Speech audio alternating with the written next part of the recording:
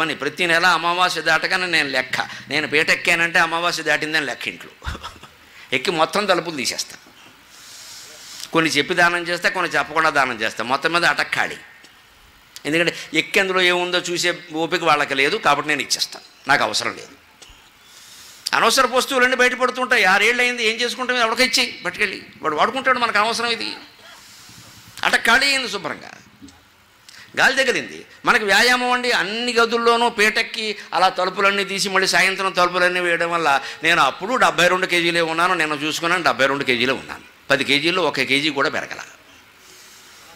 ఇవన్నీ చిన్న చిన్న వ్యాయామాలు. ఇది మానేసి మనం ఏం చేస్తాం? జిమ్కి ఎడదామా, జమ్మకి ఎడదామా, థ్రెడ్మిల్ తెద్దామా? ఎందుకు పని లేక? జాకెట్లు, డ్రాయర్లు, బనీళ్ళు అన్నీ ఆరేయడానికి తువ్వాళ్ళును. ఎందుకు థ్రెడ్మిల్ పని లేక? ఇది ఒకటి కొండం ఇక్కడ 50,000 పెట్టి దాన్ని ఒక గదిలో పెట్టాం, 4 రోజులు వాడడం, తర్వాత రుమాళ్ళు అని తువ్వాళ్ళు అన్నీ ఆరేయడం. దానికోసమా? కొబ్బరితాడు కడితే సరిపోయింది కదా. ఇది ఎందుకయ్యా? ప్రతిదానికి యంత్రం కావాలి. మనకి శరీరాన్ని శ్రమ పెట్టాలి, మనస్సుకు విశ్రాంతినివ్వాలి. మనం ఇది కూడా చేయవండి. మనసుతో పిచ్చి ఆలోచనలు అన్నీ చేస్తూ ఉంటాం. వీలైన విషయాలు ఆలోచించడం మానేయాలి. ఎక్కడ విషయం అక్కడే వదిలేయాలి. నీకు సందర్భం ఉంటే తప్పనిసరి అయితేనే ఆలోచించాలి, లేకపోతే వదిలే ఆ విషయాన్ని. అడిగినా సరే నాకు సందర్భం లేదండి అని చెప్పేసి, ఇంటా బయట ఏదైనా సరే. కోడలకు వంట వచ్చింది అంటే ఇక అత్తగారు వేలెట్టకూడదు, చేసుకొని చెప్పాలి. అడిగితేనే సలహా. అడగడమే మానేశారు, అది చాలా మంచిదమ్మా. అనవసరపు అహంకారానికి పోక. అడగడమే మానేశారు అంటున్నామంటే నీ పెత్తనం ఇంకా కావాలన్నమాట. ఈ పెత్తనం యమధర్మరాజు దగ్గర చేస్తావు 10 రోజుల్లో. చూసుకో వ్యవహారం. అక్కడ కూడా వంటశాల ఉంది. ఎందుకు ఆ పెత్తనం పని లేక వదలరండి. ఇంకా తెట్టు కూర్చుంటారు అక్కడ. ఇంకా వంట తెట్టు వదలలేని వాడు బీరువా వదులుతారా? తాళాలు ఉంటే సరే సరే ఎందుకు ఇస్తాం? మనం అడగాలి. కష్టపడి సంపాదించాం. అబ్బా వాడు సంపాదిస్తారు, సంపాదించింది వాళ్ళ కోసం కదా, ఇచ్చేయాలి. ఎందుకు ఉడికి తాళం వేస్తున్నావు? ఇక్కడ ఇచ్చేసి ఏదో చేసు. మా పిల్లాడికి ఏం తెలియదు, తెలుసు. నీకు తెలియకుండా చాలా చేస్తున్నాడు, వాడికి నీకే తెలియదు. వాడికి అన్నీ తెలుసు, వాళ్ళ ఆవిడికి తెలుసు. పెట్టుకోమను, అప్పులు పాలవమను, అనుభవించమను. అవసరమైతే ఓ సలహా ఇవ్వాలి. ఇంకా తాళాలు ఇలా బొడ్లో పెట్టుకుని ఇంకా కూర్చుని ఇలాగ పెత్తనాలు చేయకూడదండి. ఎందుకంటే మనం ఏం చేస్తున్నాం? శరీరం అస్థిరమని తెలుసుండి, వార్ధక్యం వచ్చిందని తెలుసుండి, వస్తుందో కాదు వచ్చిందని తెలుసుండి, మృత్యు వస్తుందని తెలుసుండి మన మనస్సును సిద్ధంగా తయారు చేసుకోవట్లా. ఇంకా బాగా బంక పెంచుకుంటున్నాం. ఇక్కడ గమ్మ రాసేసుకుంటున్నాం, ఫెవికాల్ కదలకుండా. మరి రోగాలు రాకపోతే, దుఃఖం రాకపోతే ఏమొస్తుండే? అహంకారం కారణంగా. పూర్వకాలం మా కోడళ్ళు ఎలా ఉండేవాళ్ళు, ఈ బోడి కబుర్లు ఇక్కడ వద్దండి. పూర్వకాలంలో నువ్వు లేవు కదా, నువ్వు చెప్పిన కాలంలో చాలా అందంగా యవ్వనంలో ఉన్నావు, ఇప్పుడు ముసల్దానం అయిపోయావు. అలాగే ఆచారాలన్నీ మారిపోతాయి. పూర్వకాలంలో మనం ఎవరం లేవు కదండి. మరి అవి మారుతాయి. మనం మనసును సిద్ధం చేసుకోవాలి. కానీ లోకాన్నంతాన్ని మారుస్తామంటారేమిటి? వాళ్ళకి చెప్పండి, వీళ్ళకి చెప్పండి, అబ్బే నాకే చెప్పండి అనేవాడు లేడు. వాళ్ళకి చెప్పండి, వీళ్ళకి చెప్పండి అంటే వాడెవడో మారాలి, మనం మారదు. సంస్కృతిని నిజంగా మనం తెలుసుకుని పోషించుకోవాలంటే శరీరాన్ని శ్రమ పెట్టవలసిందే, రోట్లో రుబ్బవలసిందే, కింద కూర్చోవలసిందే, ఇల్లు ఊడ్చుకోవలసిందే, బట్టలు కనీసం వాషింగ్ మెషిన్లోనైనా వేసుకుని ఆరేసుకోవలసిందే. మనమే దానికో మనిషిని పెట్టడం కాదు. ఇక్కడ మనం ఏం చేస్తాం? నవలు చదువుకుంటాం, ఇక్కడ టీవీ చూస్తావా? అన్నిటికీ మనుషులను పెట్టి దానికోసం అక్రమంగా సంపాదించడం. ఈ మనుషులకు అందరికీ ఇవ్వాలి కదా. 10,000 లేదే మనిషి దొరకదు. 4 మనుషులు పెట్టాం, 40,000 వాళ్ళకే సరిపోయాయి. ఇందుకోసం అడ్డమేల లంచాలు మింగడం. ఈ పనులు మనం చేసుకుంటే ఈ 40,000 అక్రమం చేయాల్సిన అవసరమే లేదు. అప్పుడు మనం సన్నగా నాజుగ్గా కూడా ఉంటామండి. మళ్ళీ ఈ పనులన్నీ చేయకుండా పడుకున్నాం కాబట్టి, ఒళ్ళు పెరిగిపోయింది కాబట్టి ఆడా మగ ఇద్దరికి వీరి జమ్ము వారి జమ్ము, అదో 50,000 దండగా. ఇదే మొత్తం స్వయం పోషకమైన సంస్కృతి. శరీరాన్ని శ్రమ పట్టాలి, మనస్సుకు విశ్రాంతినివ్వాలి. మనస్సులో మన వయస్సుకి సంబంధం లేని ఆలోచనలు, మన బాధ్యతలు తీరిపోయిన ఆలోచనలు ఏ వస్తున్నా సరే తోసై నాకు సంబంధం లేదు, తోసై. నేను చెప్పను నాకు సంబంధం, నన్ను రక్కండి, నా రామకృష్ణ అంతే. ఈ స్థితికి మనిషి వెళ్ళాలి. 60 ఏళ్ళు దాటాకైనా వెళ్ళాలి. అందుకోసమే ఆధ్యాత్మికం. ఇంతమంది ఆసక్తిగా కూర్చుని వింటారు. ఇది పాటిస్తే గునుపూడు గ్రామం, భీమవరం గ్రామం స్వర్గం అయిపోదండి. అనుమానం ఏదైనా ఉందా? ఉత్తరక్షణం అవుతుంది. ఉత్తరక్షణం నేను లేవగానే దులిపినట్టే మీరు దులిపేస్తే ఎలాగండి? నేను దులిపినందుకు నాకు డబ్బులు ఇచ్చారు, మీకేమి ఇచ్చారు? దుమ్ము మిగిలింది. మీకు నష్టపోయేది మీరేనండి, నేను కాదు. నా దుకాణం రేపు ఇంకో చోటం వెళ్ళిపోతాను నేను. కానీ మీకు చెప్పిందంతా వృధా పోయింది కదా, అది ఆచరణలో పెట్టాలి. ఆ తాపత్రయం పడుతున్న వాళ్ళు తాళాలు విసిరేయండి, పట్టుకోమని చెప్పండి. ఇంట్లో కూర్చోండి, పూజా మందిరంలో కదలకండి. 60 ఏళ్ళు దాటిన వాళ్ళు పూజా మందిరంలో ఉండాలమ్మా, ఆఫీసులో ఉండాల్సిన పని లేదు. వదిలే మొత్తం ఎవరికిస్తావు ఇచ్చేసే. వానప్రస్థాశ్రమం అంటారు, దానికి తెగించాలి. పాడు చేస్తారని. చేసుకునేది వాళ్ళని, ఇచ్చేది వాళ్ళకే కదా. వాళ్ళు ఏం చేసుకుంటారో చేసుకుంటారు, మనకు అనవసరం. వాడికి కావాల్సింది ఏదో కొనేయడమే, ఇవ్వాల్సింది ఏదో ఇచ్చేయడమే. ఇంకా ఊహ దాచిపెట్టుకుని నొక్కి చేసేది ఏం లేదు ఇక్కడ. పాడు చేసుకుంటే పోనే వాళ్ళే పోతారు. ఇవ్వలేదు నేను ఎంత మనకి దేనికి అహంకారం తప్పితే ఏం లేదు. ఇవ్వకపోవడంలో బాధ్యత తాపత్రయం అనద్దండి. ఖచ్చితంగా సాత్విక అహంకారం వదిలించుకోవాల్సిందే. ఇది ఈ గ్రామాలని మనం ఈ పరిస్థితుల్లో ఉన్న వాటిని మార్చాలి అంటే ముందు రావాల్సినటువంటి మార్పు ఈ ప్రారంభంలోనే రావాలి. ఆచారాలు భయంకరంగా మారిపోయినాయి. ఆరోగ్యాలు కూడా దెబ్బతినడానికి కారణం అదే. గుమ్మపాలను ద్రావు కమ్మందనము పోయే కఫీగత ప్రాణ కర్మ వచ్చే. గుమ్మపాలను ద్రావు కమ్మందనము పోయే కాఫీగత ప్రాణ కర్మ వచ్చే. ముక్తినిచ్చడి విద్య ముష్టి చెంబైపోయే చూచిరాతల విద్య అశోకు మీరే. పంచగట్టుటయన్న వట్టి ఛాందసమయ్యే గొట్టాలలో కాళ్ళు గొప్పవయ్యే. పంచగట్టుటయన్న ఒట్టి ఛాందసమయ్యే గొట్టాలలో కాళ్ళు గొప్పవయ్యే. యజ్ఞధూమమ్ముల ఆస్వాదనము పోయే, యజ్ఞధూమమ్ముల ఆస్వాదనము పోయే. సిగరెట్ల రింగుల పొగలు హెచ్చి ఆత్మవిశ్వాస ఖనియైన ఆర్షజాతి తనను తాను అవమానించుకొనుట నేర్చి. ఆత్మవిశ్వాస ఖనియైన ఆర్షజాతి తనను తాను అవమానించుకొనుట నేర్చి. ఒక్క మాటలో చెప్పనా ఓ కవీంద్ర, ఒక్క మాటలో చెప్పనా ఓ కవీంద్ర, జాతికంతయు ఇంగ్లీషు జ్వరము వచ్చే. దొడ్లో ఆవులుండేవి, గేదెలుండేవి. యజమానో పారేరో ఎవరో ఒకరు పితికేవారు. పట్టుకొచ్చి పాలదారిలో పెట్టేవాడు. మా చిన్నతనంలో ఆ పాలదారి గోడలో ఉండేదండి. ఏమి టెక్నాలజీ.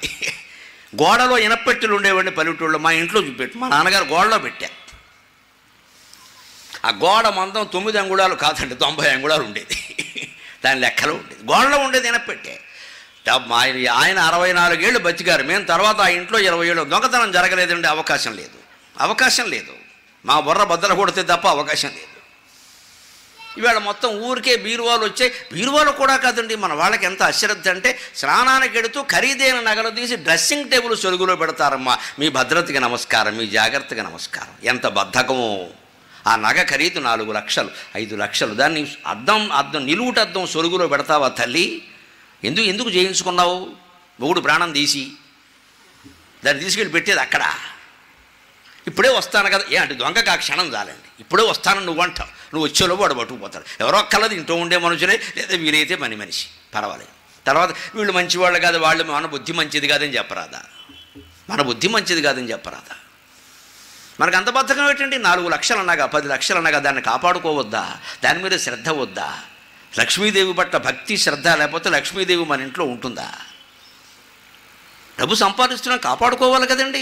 ఎక్కడ పెట్టాలో అక్కడ అక్కడ బద్ధకం ఏమిటి? బీరువాలో పెట్టావు. ఆ తాళాలు ఎక్కడుంటాయో తెలియదు. 7 ఇరుకుల్లో పెడతారు. 7వ ఇరుకు తప్ప అన్నీ గుర్తుంటాయి. అక్కడ పెట్టారు. ఆ శ్రద్ధ లేదా? మనం డబ్బు ఎందుకు నిలబడుతుంది మన దగ్గర? ఇక అక్కడి నుంచి నమ్మకాలు పడతాయి. ఏమిటో తెలుసా? వేళ్ల మధ్యలో చిల్లులు ఉన్నాయి, అందుకే డబ్బులు పోతున్నాయి. చిల్లులు ఉంటే అంటించుకో, కాగితం వేసుకుని. దానికి డబ్బు పోవడానికి సంబంధం లేదు. పిచ్చి నమ్మకాలు పెంచద్దు. వేళ్ల మధ్యలో చిల్లులు ఉంటే డబ్బులు పోతాడు. చిల్లులన్నీ మొత్తం గమ్ పెట్టండి, ఉంటాయేమో చూద్దాం. ఏమిటది? మన బుద్ధి వల్ల పోయాయి, మన అశ్రద్ధ వల్ల పోయాయి. లక్ష్మీదేవి రావడం అంటే చాలామంది ఏమనుకుంటారు అంటే కనకధారాస్తవం చదివి శుక్రవారం పసుపు రాసి మంగళవారం కుంకం పెట్టాయి, తాళాలు మాత్రం ఎక్కడో బారాయి. తీసుకోవలసిన భౌతికమైన జాగ్రత్త తీసుకోకుండా డబ్బు కానీ బంగారం కానీ ఎలా ఉంటాయండి ఇంట్లో? మనమే పోగొట్టేసుకుని వాళ్ళ బుద్ధి మంచిది కాదు, వీళ్ళ బుద్ధి మంచిది కాదంటే. ఆ పాలదాల్ని పొయ్యండి గోడలో ఉండేదండి. ఎప్పుడు గోడ అంటుకోలేదు. మధురు గోడ అది. తాటాకులు పైన వేసి దాని మీద మట్టేస్తాం. గోడ అంటుకోలేదు. పాలు అక్కడ కాగేవి. ఆ పాలు పట్టుకొచ్చేవాళ్ళు. ఆ పాలు అప్పుడు కాచిన పాలు తాగేవాళ్ళం. గుమ్మపాలు అంటే ఇంకా పచ్చిపాలు కూడా గుమ్మంలో పాలే గుమ్మపాలు అనేవారు. అలా తీయగానే ఆ పాలు కొంతమంది తాగేవారు. పచ్చిపాలు కూడా మంచి బలం అది. పోనీ కాసగానే తాగేవాళ్ళం. పిల్లలకి అరగదని కాస్త నీళ్లు కలిపి కాచి ఇచ్చేవారు. అవి తాగేవాళ్ళం. ఇవాళ అది లేదండి. 6 కాదు 5:30 కాకుండానే కాఫీ పడిపోవాలి. లేకపోతే మొత్తం పాలవాడిని తిట్టడమే కూర్చుని. ఇక్కడ వీడు రాడు ప్రాణం పోతోంది. కాఫీ మీద ఆధారపడింది. మాయల పరికి ప్రాణం చిలకలో ఉంది, మన ప్రాణం కాఫీలో ఉంది. ఇక్కడ కాఫీ తాకపోతే కొంతమందికి తర్వాత కాలకృత్యాలు కవు, ఎలా బతుకుతారో తెలియదు. ఇంకా కొంతమంది జీవులు ఉన్నారు లోకంలో. పేపర్ చూడకపోతే కాలకృత్యాలు కవు. వాడు చచ్చిపోతాడు ఆగస్టు 16 నాడు, శివరాత్రి మర్నాడు, సంక్రాంతి మర్నాడు, దీపావళి మర్నాడు. వాడి బాధ చూడాలి, ఆ రోజు పేపర్ రాదు. ఎందుకంటే ఆ పేపర్లో 2 లారీలు ఢీ, 10 మంది ఠా, కర్నూలులో ప్రమాదం, 20 మంది ఠా అనగానే వీడికి అప్పుడు వస్తుంది, పెడతాడు. ఆ వార్త వింటే కానీ వీడికి లోపల గాబరా పుట్టదండి. పుడితే కానీ ఏమీ లేవు ఇక్కడ. అలా మన శరీరాన్ని మనం బలహీనం చేసుకున్నాం.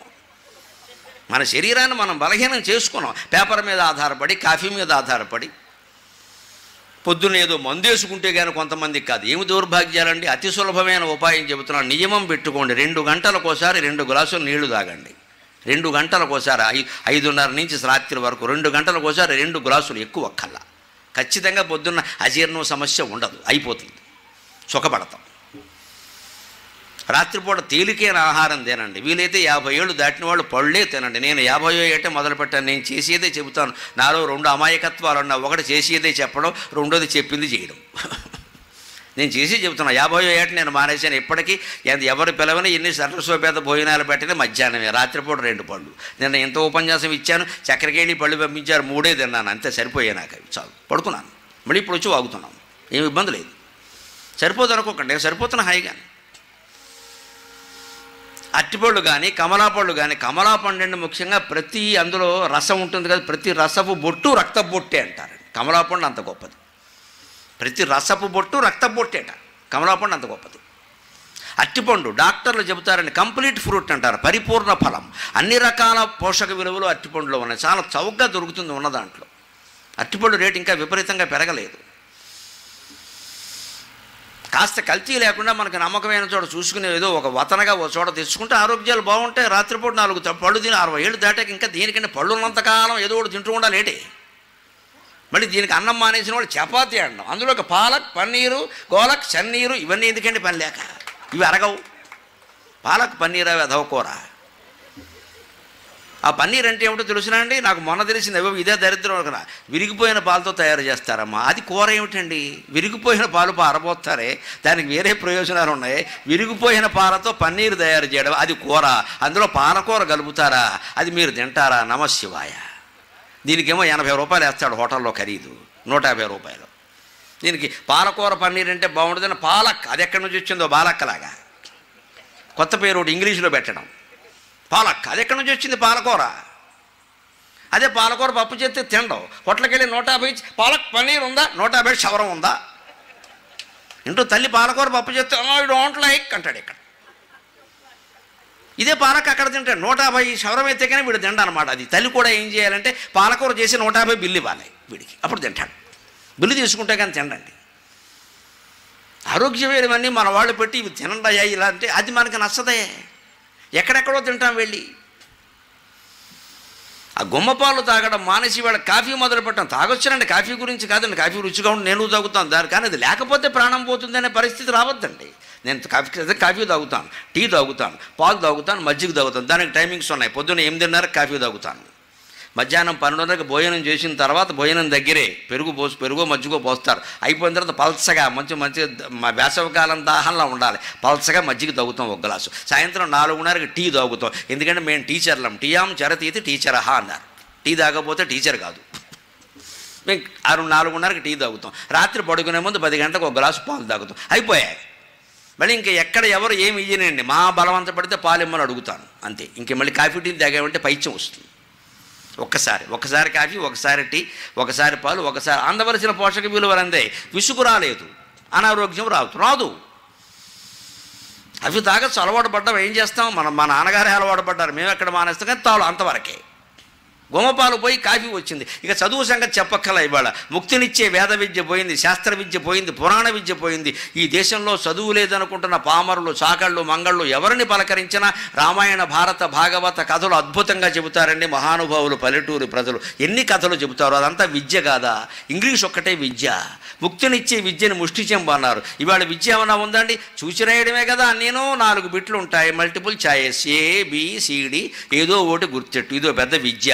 దీనికోసం పెద్ద స్ట్రెస్సా? మళ్ళీను అక్కడ ఆన్సర్లు 4 ఉన్నాయా? ఒకటి టిక్కెట్టడం పెద్ద గొప్ప విద్య. పల్లెటూళ్ళలో కథలు చెప్పే వాళ్ళ దగ్గర ఏ ఆన్సర్లు లేవే. వాళ్ళు హాయిగా కూర్చొని గంటలు చెప్తారు. రాముడు ఇలాగా, కృష్ణుడు ఇలాగా, భారతం నీకేం తెలుసా? నాకు తెలిసి అని చెప్తాడు. మొత్తం భారతం చెప్తాడు. వాళ్ళ పరంపరగా వచ్చినటువంటి విజ్ఞానం కంటే ఇది గొప్పదండి. ఆలోచిద్దాం. ఆ పారంపరిక విజ్ఞానానికి ఎందుకు దూరం అయ్యాం మనం? ఈ దిక్కుమాలిన విద్యలు ఎందుకు నేర్చుకుంటున్నాం? ఇవాళ పాఠ్యపుస్తకాలు ఎక్కడైనా రామాయణం ఉందా, భారతం ఉందా, భాగవతం ఉందా? ఆలోచించండి అమ్మా. నాస్తిక కథలన్నీ ఉన్నాయి. దరిద్రం చేసేస్తున్నారు సిలబస్ని. నాస్తిక కథలు ఉన్నాయి. మనిషి పాడైపోవడానికి వీలైనవన్నీ ఉన్నాయి. మద్యపానాల గురించి ఉన్నాయి, వ్యసనాల గురించి ఉన్నాయి. అటువంటి వాళ్ళ కథలు పెడుతున్నారు అక్కడ.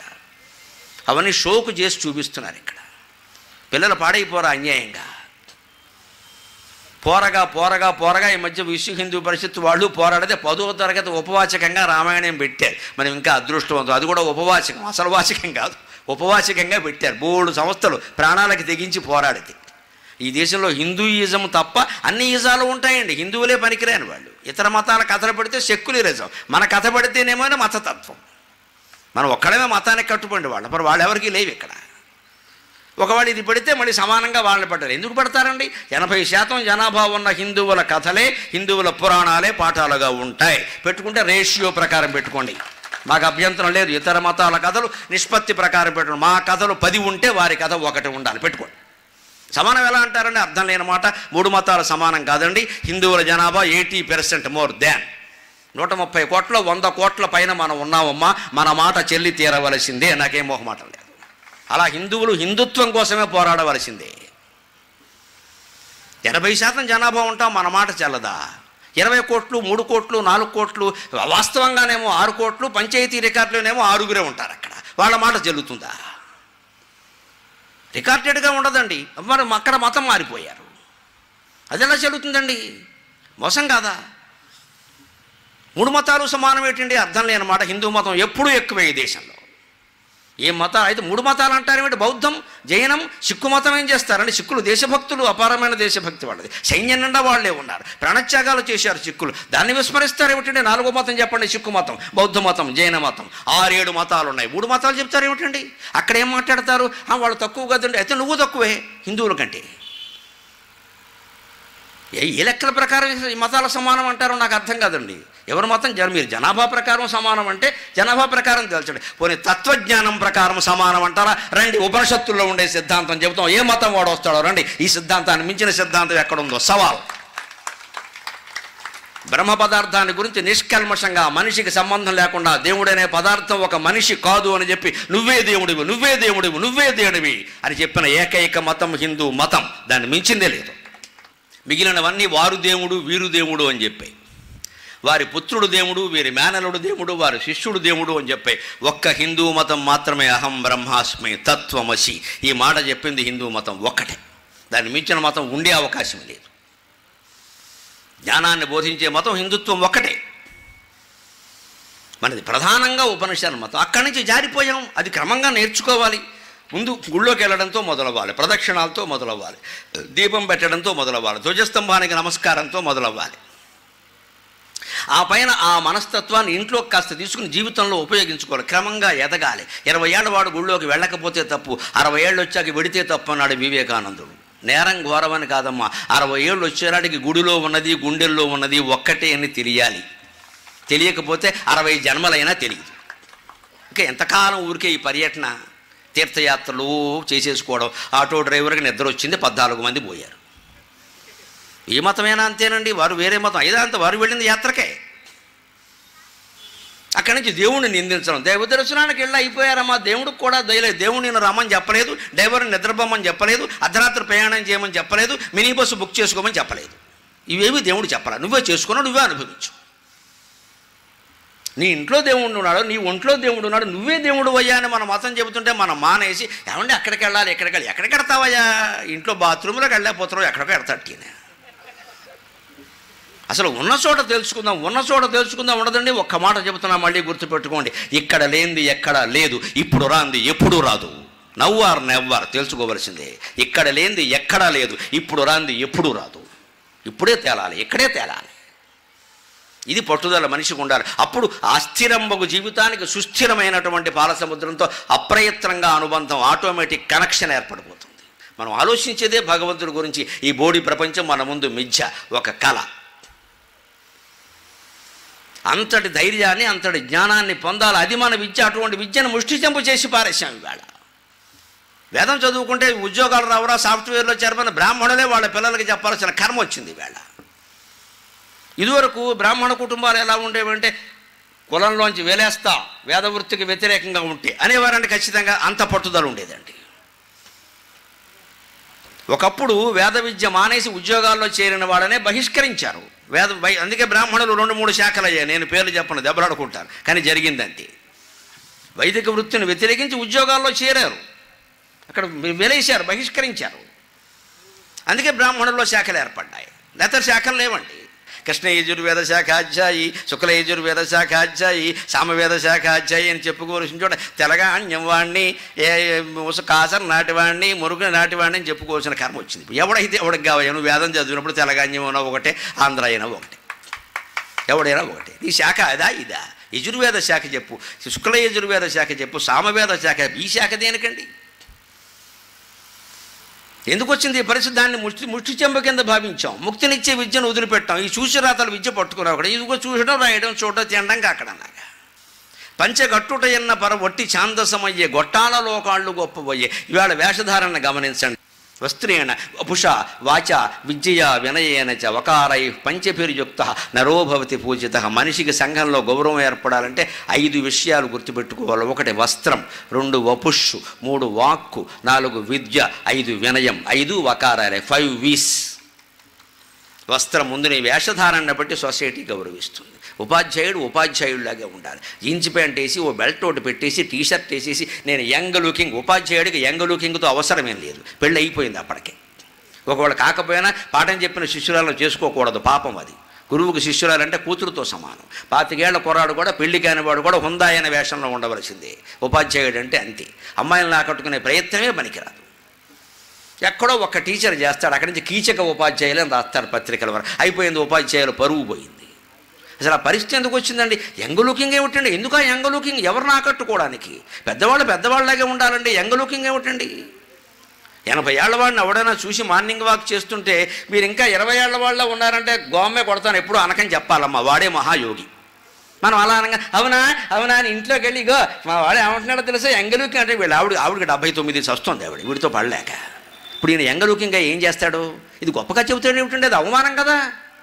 20 ఏళ్ల వాడిని 60 ఏళ్ల వాడంటే అవమానమైనప్పుడు 60 ఏళ్ల వాడిని 20 ఏళ్ల వాడిని అంటే కూడా అవమానమే కదా. ఆ ఊరికి ఈ ఊరు ఎంత దూరమో ఈ ఊరికి ఆ ఊరు అంతే దూరం కదా. మన బుద్ధి మారింది, కానీ మనకి వృద్ధాప్యం నచ్చదు, మరణం కుదరదు. ఎప్పుడు యంగ్ లుకింగ్, ఎప్పుడు బుకింగ్లు ఉండాలి ఇక్కడ. ఈ దరిద్రపు ఆలోచన కదా మన జీవితాన్ని నాశనం చేసింది. ఎందుకు ఉండాలండి? ఓ పెళ్లి చేసుకున్నాం, భార్యో భర్త ఉన్నారు, పిల్లలు పుట్టారు, వారికి అంకితమై జీవితం గడపలేమా సీతారాముల్లాగా? ఎందుకు ఈ పక్క చూపులు? ఎంతకాలం ఇవి? ఇంకా ఎంతకాలం రాస్తావు ఈ బ్యూటీ క్లినిక్లు, ఈ సౌందర్యాలు, ఈ లేపనాలు? ఎవరిని ఆకట్టుకుందామని ఇదంతా? ఇంట్లో వాళ్ళకంతా తెలుసు నీ భాగవతం, ఇంక దేనికి? దానికోసం ఇవాళ కొన్ని వేల కోట్ల వ్యాపారాలు జరుగుతుందండి కాస్మెటిక్స్ పేరు మీద. ఇదంతా భారతీయ సాంస్కృతిక సంప్రదాయానికి వ్యతిరేకమేనమ్మా. ఇది పాశ్చాత్యులు చేస్తున్న దోపిడీ ఖచ్చితంగా. ఈ సాధనాలన్నీ అమెరికాలో తయారవుతున్నాయి, అది కూడా మన ఇండియాలో తయారైనవి వాడరు. అన్నీ మల్టీనేషనల్ కంపెనీల వాళ్ళవే వాడతారు. ఇది జపాన్ మేడ్, ఇది చైనా మేడ్, ఇది అమెరికా మేడ్. మేడ్కి ముందు ఈ తీసేయండి, మ్యాడ్. మన పిచ్చి వ్యధ వల్ల చేయడం కోసం తయారు చేశారు వాళ్ళు. మేడ్ అంటే మ్యాట్. మన పిచ్చి వాళ్ళని చేయడం కోసం ఈ మేడ్ తయారు చేశారు. ఇంత మొహం కడుక్కుని బొట్టెట్టుకుంటే అందంగా ఉంటావమ్మా, దానికి ఇంత పోతలు దేనికండి? దేనికి ఇక్కడ పోతంలాగా పూసేస్తున్నారు వరుసగా. అది ఉంటే ఇవాళ బ్యూటీ క్లినిక్ల దగ్గర కూర్చున్నారు, పొద్దున్న ఇంట్లో వంట మానేశారు. ఎందుకంటే మేము అందంగా ఉండదు. ఎవరన్నారమ్మా అందంగా ఉండొద్దని? నీ అందం నీ భర్త కోసం, నీ అందం నీ భార్య కోసం, లోకంలో అందరి కోసం కాదు. మన శీలాన్ని మనం కాపాడుకుని తీరాలి. శ్రీకృష్ణుడు అంతటి మహానుభావుడు తాను దలుచుకుంటే ఎలాగైనా బతకగలిగినవాడు, ఎలాగైనా నిర్గమించగలిగినవాడు, చెప్పా పెట్టకుండా అర్ధరాత్రి వెళ్ళిపోయి అరణ్యంలో బోయవాడి బాణానికి తల ఒగ్గి చనిపోయాడమ్మా. ఆలోచించండి భాగవతం అంటే ఏమిటో. ఎందుకు ఆ మహానుభావుడు అలా ఆలోచించాలి? పైగా ఈ 5-6 రోజుల పాటు దిక్కు లేదండి, ఆ శరీరం అలాగే ఉందండి, ధూళిలో పడి ఉందండి. ఎందుకు భరించాడు? గాంధారి శాపాన్ని గౌరవించాడు మహానుభావుడు. భగవంతుడైన శ్రీకృష్ణుడు పతివ్రత శాపానికి తల ఒగ్గాడు. పాతివ్రత్యం అంత గొప్పది, పాతివ్రత్యం అంత గొప్పది, శీలం అంత గొప్పది. నమస్కారం, నమస్కారం. శీలానికి ప్రాధాన్యం ఇవ్వండి. గాంధారిని గౌరవించడం కోసం ఆ శిక్ష అనుభవించాడమ్మా. లేకపోతే భగవంతుడు ఆయన ఎలా అనుకుంటే అలాగే వెళ్ళగలడే. ఆవిడ శపించింది, కోపంలో ఉందో తాపంలో ఉందో ఆ పాపం ఆవిడిది, నాకు అనవసరం. ఆ శాపం అమలు జరగాలి, లేకపోతే లోకంలో శీలవతులు గౌరవం ఉండదు. శీలవతులు, పతివ్రతలు, ఏకపత్ని వ్రతులు, ఏకపతి వ్రతులు ఉంటేనే లోకం బాగుంటుంది. ఆ శీలం లేకపోతే బతుకు దేనికి? కర్మ కాలితే విడాకులైతే వేరే విషయం అండి. కావాలన్నా శుభ్రంగా ఏడాది కాకుండా 2 ఆకులు కాకుండా అసలు చేసుకోవడమే విడాకుల కోసం అన్నట్టుగా చేసుకోవడం. ఉంటే ఉండొచ్చు, లేకపోతే కాఫీ కొట్లా. అదేమిటండి, చేసుకునేటప్పుడు పూర్తి సంకల్పం ఉండాలి కదా. బాగుంటే కలిసి ఉండొచ్చు, లేతే లేదా. ఇదేం బొమ్మ బొరుసునా? బాగున్నా బాగుండకపోయినా ఎన్ని రోగాలున్నా అదే భర్త అదే భార్య ఉండవలసిందే. అలాగా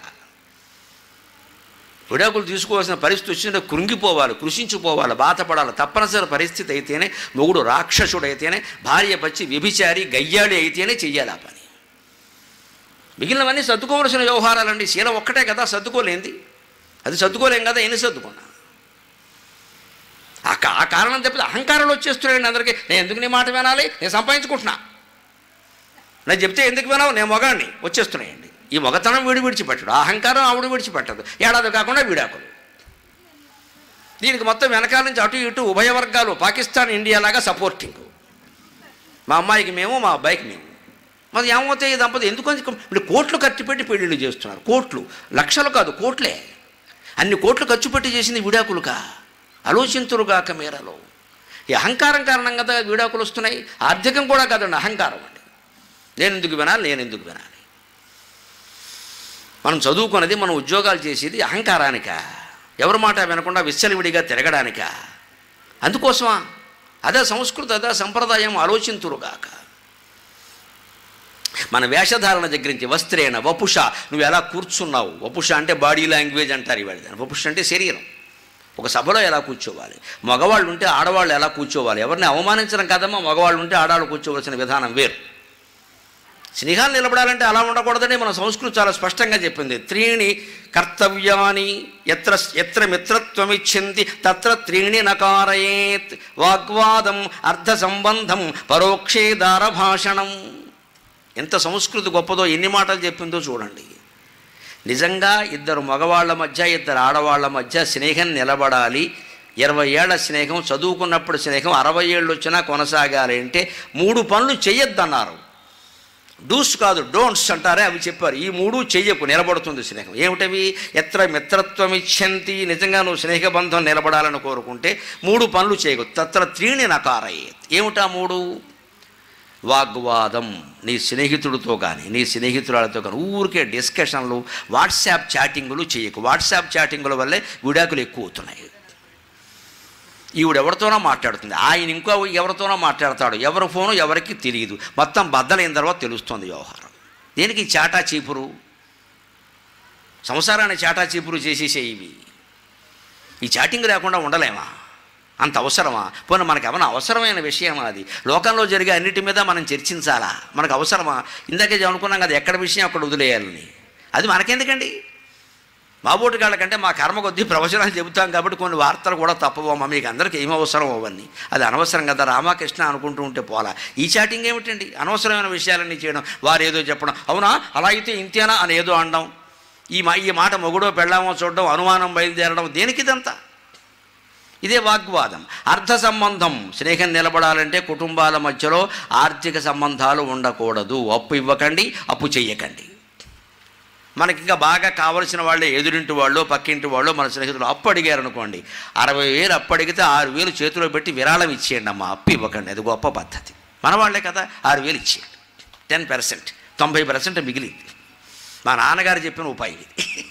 ఆయన నుంచి ఎన్ని నేర్చుకున్నామో నిజంగా. మా ఇంటికి 2-3 కొంతమంది బ్రాహ్మణులే సాటి వాళ్ళే అప్పు కోసం వస్తే ఆయన, సూర్యనారాయణ గారు ఇక అత్యవసరంగా 400 కావాలి అని అంటే చాలా సతాయించేవాడు. అవునా, కావాలా, కూర్చోండి, ముందు కూర్చోండి, కాస్త కాఫీ తాగండి, రే బస్సులో కాఫీ పట్టుకురారా అని పెట్టుకొచ్చి ఇచ్చేవాడు. 1 గంట సేపు ఆయన అలాగే అట్టి పెట్టేది. ఇక్కడ ఆ ఆలోచన మానుకునేలాగా. ఈయన దగ్గర కూడా ఏమీ లేవని చెప్పి మొత్తం మీద 18 ఎకరాల పొలం ఆదాయం ఉన్నా సరే అలా చెప్పకూడదండి, ఆదాయం చెప్పకూడదు ఎప్పుడు. అందుకని అలా చెప్పి ఉండి తర్వాత, అరే అబ్బాయి ఆ లోపల పెట్టిలో ఉంటాయి, ఒక 40 రూపాయలు పట్టుకురానివ్వడు. 40 నా చేత పట్టుకొచ్చాక తమలపాకులు పట్టుకురా, ఒక్క పలుకు పట్టుకురా, ఒక్క చెక్క అని చెప్పి ఇవి పెట్టి బ్రాహ్మణులు రాయిస్తే పుణ్యం రా దండం పెట్టేయనివ్వడు. అదేమిటి నాన్నగారు 400 అప్పటికితే 40 ఇచ్చారు అంటే 400 అప్పు ఇచ్చామంటే మనం వాడికి శత్రువు అవుతాం, మళ్ళీ ఈ గుమ్మానికి రాడు, ఈ వీధిలో కనపడ్డు, అప్పు తీర్చడు. 40 రూపాయలు దానం ఇచ్చామనుకో మన పేరు 40 సంవత్సరాలు చెప్పుకుంటాడు, మనకు పుణ్యం వచ్చింది, ఈ శని వదిలిపోయింది. అంచేత స్నేహితులకి బాగా దగ్గర బంధువులకి ఇవ్వాలనుకుంటే అప్పు ఇవ్వకండి, విరాళమే ఇచ్చేయండి. మనకు కావలసిన వాళ్ళమ్మా, మన ఆడపడుచులు, మన మేనకోడలు ఇచ్చేద్దాం, 10,000 25,000 పోతే పోయింది, ఈ సాయం చేస్తున్నాడమ్మా మన వాళ్ళకి కదా తీసుకోండి, నీకు వీలుంటే ఈ లేత లేదు వదిలేయి, వీలుంటే ఇవ్వని చెప్పండి ఒక మాట, కానీ వదిలేయండి ఆ విషయాన్ని, మనసులోంచి వదిలేయండి, ఇక రాదు తీసేయి.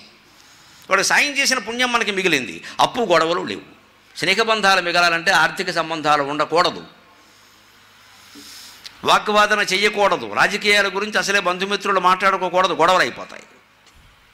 ఇక మూడోది పరోక్షే దారభాషణం. స్నేహితుడింటికి వెళ్ళాం, ఆయన లేడు, వెంటనే ఈ మొగాడు వెనక్కి వచ్చేయాలి. ఆ ఇల్లాలు అంటుంది మర్యాదకి, రండి మీరు చాలా కావాల్సిన క్లోజ్ ఫ్రెండ్, కాస్త కూర్చోండి, కాఫీ తాగండి. వద్దమ్మా మా వాడు వచ్చాక చెప్పు వస్తాను, ఐఎమ్ గోయింగ్, వెళ్ళిపోవాలంతే. ఉండకూడదు అక్కడ. ఉన్నామనుకోండి అక్కడ కూర్చుంటుంది, ఆవిడేదో కాఫీ ఇస్తుంది, నెమ్మదిగా చెయ్యి తగులుతాయి, సరిగ్గా చెయ్యి తగిలిన టైంలోనే ఈ మొగుడు వస్తాడు అక్కడికి. బ్రహ్మాండమైన సినిమా క్రియేట్ అయింది అక్కడ. ఎప్పటికీ సాగుతుంది భాగవతం అంటాడు, ఇంకేం సాగలేదు అసలు.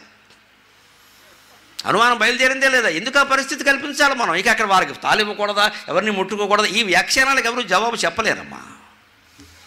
ముట్టుకోకూడదు అంతే, ఆ పరిస్థితి రాకూడదు అసలు. వ్యాస భగవానుడు భాగవతంలో చెబుతాడు, మీకు నచ్చచ్చు నచ్చకపోవచ్చు, సత్యం కాబట్టి చెబుతున్నా. మాత్రా స్వస్ర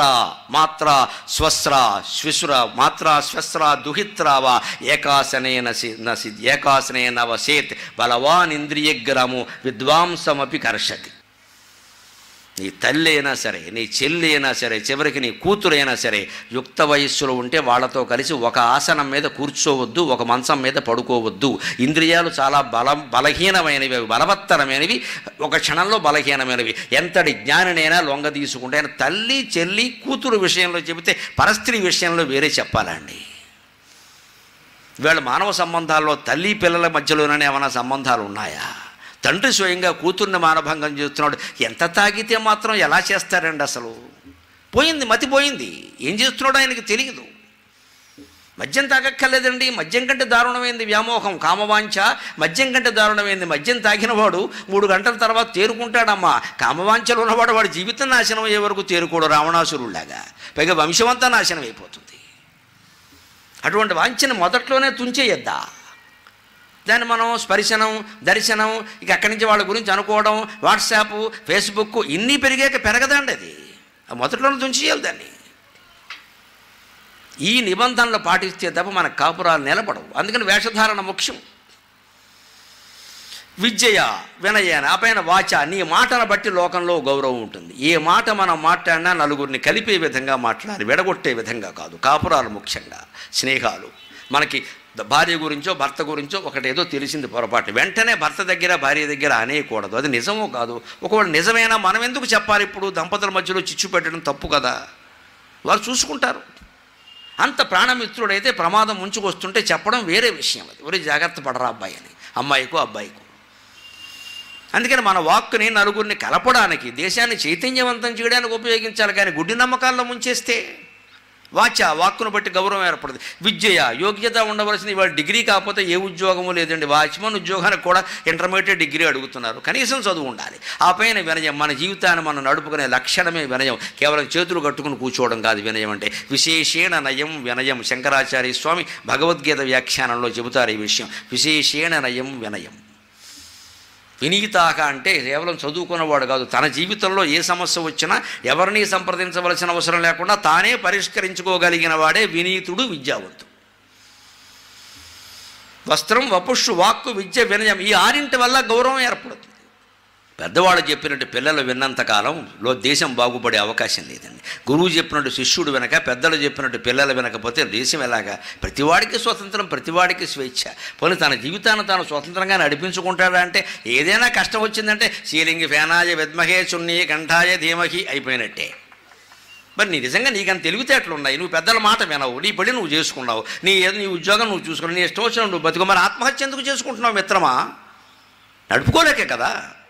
మరి పెద్దల మాట వినుంటే ఇలా జరిగేది కాదు కదా. నా స్వతంత్రం, నా లైఫ్ నేను నిర్ణయించుకో, చావడానికి వీల్లేదు. చచ్చిపోతే అలాగా మళ్ళీ గర్భశోకం వేళక. నిర్ణయించుకుంటే బతికే ఉండాలండి, ఏం జరిగినా బతికే ఉండాలి, ధైర్యంగానే ఎదుర్కోవాలి. మనం నిర్ణయించుకున్నాం కదా, అక్కడికి వచ్చేసరికి మళ్ళీ ఆమె అందాం ఇక్కడ కాళ్ళబడి. ఇష్టం వచ్చిన సంబంధం చేసుకుంటావు, కష్టం వస్తూ నువ్వే పడాలి. మళ్ళీ మేమెందుకు కనపడతాం ఇక్కడ? కనపడకూడదు, ఆడకూడకూడదు, ఇంకా మనకు హక్కు లేదు, ఆ ధైర్యము లేదు, ఈ గౌరవము లేదు. ఎక్కడి నుంచి నిలబడుతుంది సంస్కృతి? ఆలోచింతురుగాక. ఇది ముందు మారాలి అంటే మొట్టమొదటిగా ఒక ఆచారం, మీరు ఇంటికి వెళ్ళగానే మొదలు పెట్టదగింది చెబుతానమ్మా. మీ పిల్లల పుట్టినరోజులు ఎలా చేయాలో ఆలోచించండి. ఇప్పటి నుంచే, చిన్నప్పటి నుంచే అలవాటు చేయండి. వాళ్ళ కోరికలకి ప్రాధాన్యం ఇవ్వడం కాదండి, మనం కొన్ని కాస్త గట్టిగా చెప్పాలి, బలవంతంగానైనా చెప్పాలి. ఇలా లేకపోతే నేను పుట్టినరోజు చేయను, నీ ఇష్టం అని చెప్పండి. ఖచ్చితంగా తల్లిదండ్రి ఉండాలి, చేసుకుంటారు. పుట్టినరోజు అంటే ఓ దీపం వెలిగించాలి, దేవుడు గుళ్ళోకి తీసుకెళ్ళాలి. ముందు ఉదయాన్నే స్నానం చేయించి తల్లిదండ్రికి నమస్కారం చేయించాలి. తల్లిదండ్రి చెప్పాలి ఆ విషయం. రా అబ్బాయి ఒకసారి ఆశీర్వదిద్దాం రా. ఇంట్లో అంతకంటే పెద్దవాళ్ళు ఉంటారు తల్లిదండ్రి, ముందు వాళ్ళకి దండం పట్టాలి. వితంతువైనా సత్తంతువైనా సరే ముందు మామగారికి పెట్టాకే కోడలకి. అత్తగారు వితంతువు అని మాట్లాడొద్దమ్మా. వితంతువైనా గౌరీదేవితో సమానం, గంగాదేవితో సమానం. కాశీఖండంలో చెప్పాడు, పెద్దవాళ్ళే వాళ్ళని గౌరవించి తీరవలసిందే. ఉమా శివసమా సాక్షాత్ విధవాపి శుభప్రదా అన్నాడు.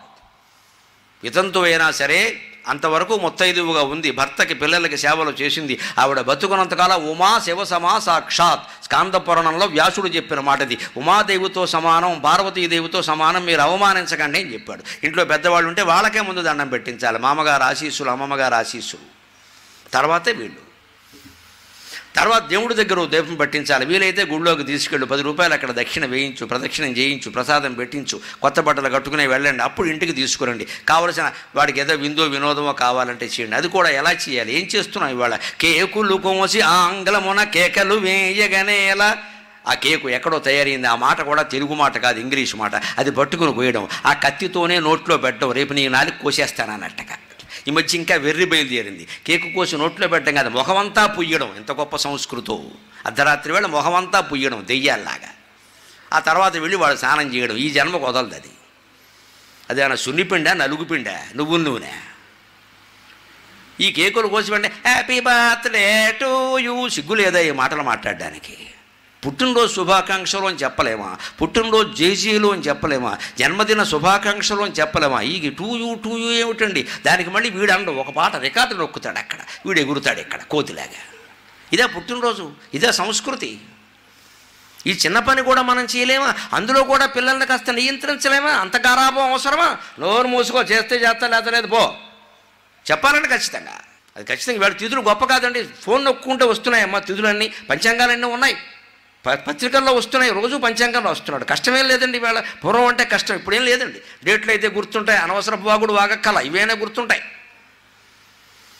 మన తిథులు, మన పంచాంగం, మన నెలలు మనం వదిలేసి వాళ్ళ డేట్లు పాటిస్తూ, వాళ్ళ పిండి వంటలు తింటూ, వాళ్ళ కేకు మనం మూతికి పావుకుంటూ, భారతీయ సంస్కృతి అంటే ఎక్కడి నుంచి ఉంటుందమ్మా సంస్కృతి? కేకులుకు వసి ఆంగ్లమున కేకలు వేయగనే ఎలా, తీయనవు పాకముగోసి ముక్కలను పంచగలేరకు, జ్ఞానదీపమై చీకటి పారద్రోలుటయే జీవిత సారమటంచెలుంగరే. కేకులు గోసి ఆంగ్లమున కేకెలు వేయగనేల, తీయనవు పాకము గోసి ముక్కలను పంచగలేరుకో. దీపమార్పు ఈ శోకములేల జన్మదిన శోభన వేళల. దీపమార్పు ఈ శోకములేల జన్మదిన శోభన వేళల. జ్ఞానదీపమై చీకటి పారద్రోలుటయే జీవిత సారమటంచెరుంగరే. ఎంత దిక్కుమాలనాచారం అండి కేకులు కోయడమా? దాని మీద 16 ఏళ్ళు వచ్చేట, 16 కొవ్వొత్తులు వెలిగించి ఉఫూ, ఎంత రాక్షసుడో 16 కొంపలు ఆర్పేశాడు. వీడు ఇంకా 70 వస్తే 70 ఆర్పేస్తాడు. దీపం ఆర్పడం అంటే కొంపలు ఆర్పడమే కదండి. ఇప్పటికీ ఈ జాతిలో ఉన్న నానుడమ్మ, ఎవరన్నా ఉద్యోగం ఇప్పిస్తే ఉద్యోగం ఇప్పించారనరండి, మా ఇంట్లో దీపం పెట్టారంటారు.